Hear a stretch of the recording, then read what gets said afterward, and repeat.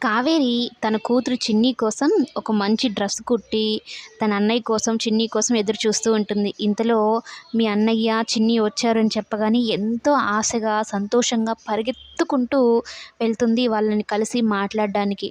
అయితే అంతలోనే ఒక పెద్ద షాక్ ఎదురవుతుంది దేవా రూపంలో. దేవ వాళ్ళు ఎదురుగా వస్తారు.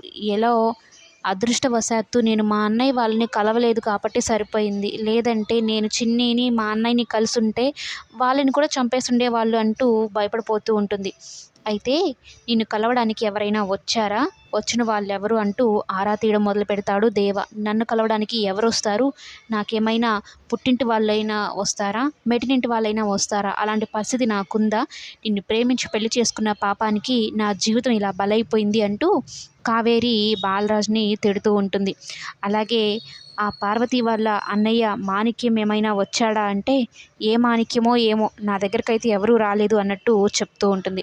అయితే ఇంతలో వాళ్ళింక వెళ్ళిపోతారు.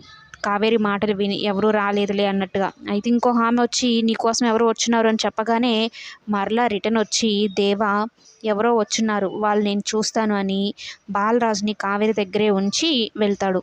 అయితే బాలరాజు వచ్చింది మీ అన్నయ్యే కదా!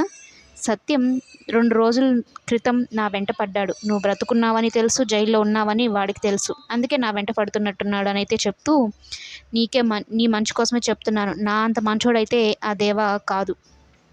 నువ్వు ఈ విషయానికి సంబంధించిన విషయాలు మీ అన్నయ్యకి చెప్పుకోకపోవడమే మంచిది. కనీసం జైల్లో అయినా ఉంటావు. లేదంటే మీ అన్నయ్య కుటుంబం కూడా నాశనం అయిపోతుంది. ఏ ఒక్కరు ప్రాణాలతో ఉండరు అని చెప్పగానే ఒక్కసారిగా భయపడిపోతుంది కావేరి.